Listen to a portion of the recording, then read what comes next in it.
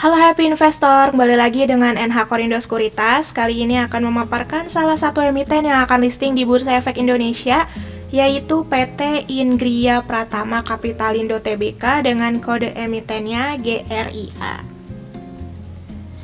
Nah, kita lihat untuk profil dari perusahaan ini dulu. Jadi pada saat pendirian tahun 2013, perseroan bergerak dalam bidang usaha jasa konstruksi dan perdagangan, yang mana di tahun 2022 perseroan menyesuaikan kegiatan usahanya menjadi real estate yang dimiliki sendiri atau disewa, dan di tahun yang sama yaitu tahun 2022 perseroan melakukan penggabungan usaha dengan PT Esma Sukses Makmur dan PT Balikpapan Skylink Property.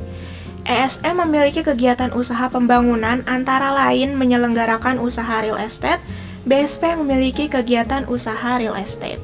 Nah, perseroan merupakan perusahaan penerima penggabungan, serta ESM dan BSP merupakan perusahaan yang menggabungkan diri ke dalam perseroan, yang mana penggabungan usaha tersebut efektif tanggal 31 Desember 2022. Nah, kegiatan usaha perseroan saat ini berdasarkan anggaran dasar, yaitu real estate yang dimiliki sendiri atau disewa, namun kegiatan usaha perseroan yang telah benar-benar dijalankan saat ini adalah real estate. Nah, ini bisa dilihat peta lokasi perumahan baik subsidi maupun komersil yang dimiliki oleh perseroan. Selanjutnya, untuk struktur IPO kali ini mengeluarkan jumlah saham sebanyak 2.949.275.000 lembar dengan persentase IPO-nya 37,81% dari modal ditempatkan dan disetor penuh setelah penawaran umum, dengan harga pelaksanaannya di kisaran 115 hingga 120 rupiah per lembar, maka nilai IPO yang akan didapat maksimal 353 miliar 913 juta rupiah dengan penjamin emisi kali ini yaitu PT Erdika Elite Sekuritas. Nah, kemudian untuk jadwal IPO, masa penawaran awal 20 hingga 24 Juli, tanggal efektifnya 31 Juli, masa penawaran umum 2 hingga 4 Agustus, tanggal penjatahan 4 Agustus, tanggal distribusi saham 7 Agustus, serta tanggal pencatatan di Bursa Efek Indonesia yaitu 8 Agustus.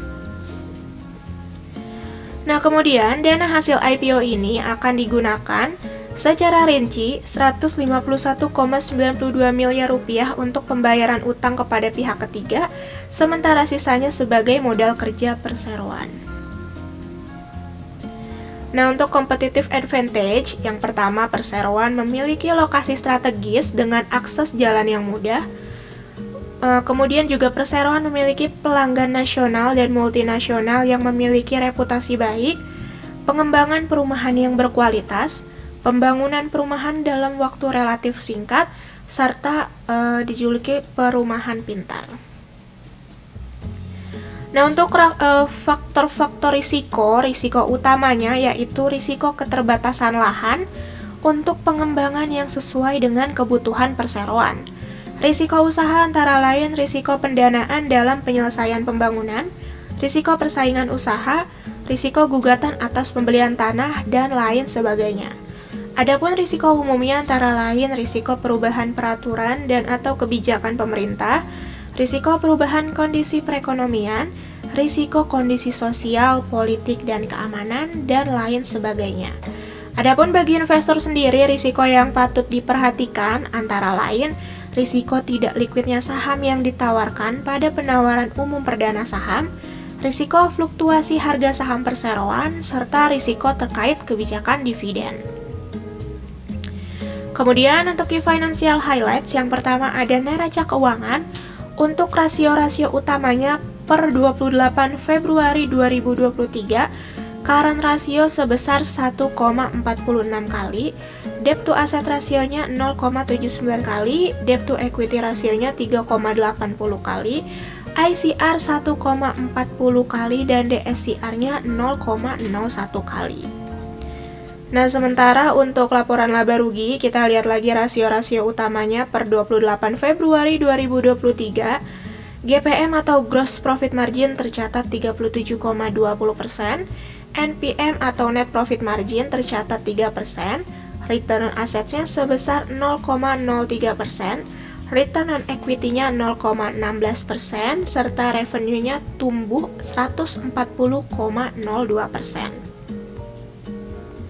Oke, sekian mengenai paparan IPO kali ini. Terima kasih.